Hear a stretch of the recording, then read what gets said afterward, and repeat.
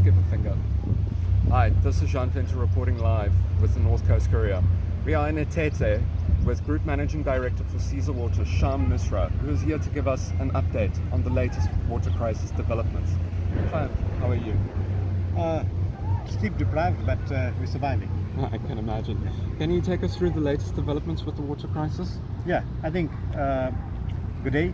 And I think, in terms of the water situation, I can just quickly give an update just here in Itete. We're battling to maintain the reservoir level. We're trying our level best to keep that.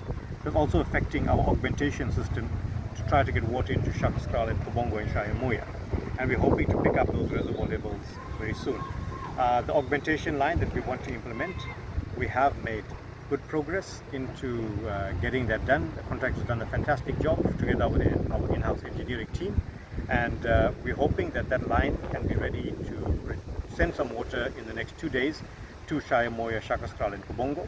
However, it's totally dependent on having enough water in the Itete zone to supply there. So, we, like I said before, the Shakascal, Kobongo and Shayamoya areas were sort of an island that we're isolated from water supply in both directions, both from the north as well as the south. So we tried our level best to do the augmentation, but it's dependent on having available water and having a decent reservoir level to push water through to reach them. In terms of Shaka's Head, we did have some supply in Shaka's Head.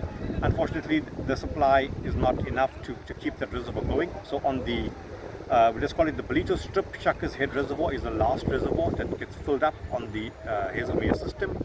That reservoir is battling to recover currently. We've closed the outlet of the reservoir, trying to build the capacity and the supply, but we're operating the Avondale Reservoir on an intermittent basis when there's sufficient water, and then you need a lot of water to push water through to get pressure into all of the reservoirs.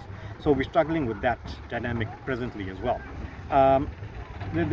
We also then unfortunately lost some supply to Tinley Manor, whereby the reservoir level ran too low to run the pumps as well as the gravity system. We're hoping to get that operational again, hopefully later this evening or tomorrow morning. Just on the coastal strip, we have some intermittent supply. We had some quick wins. We're trying to replenish reservoir levels and try to give water at least once a day.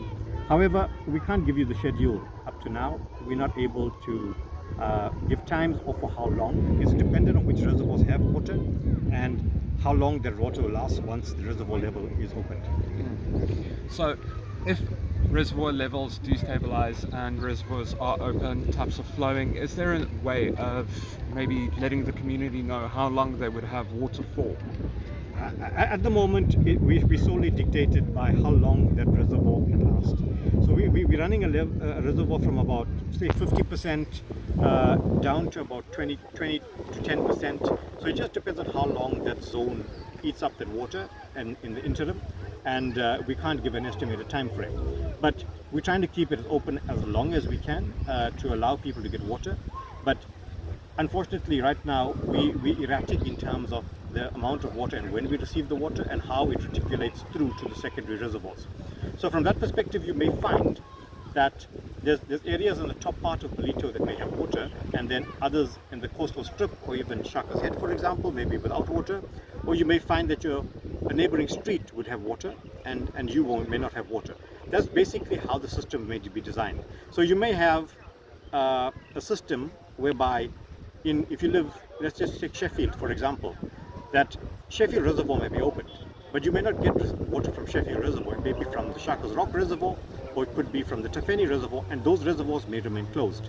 So it's just about how these things are engineered and how we basically get enough gravity to reach different areas and different sources. So it's not as simple as, my neighbor's got water or down the road's got water.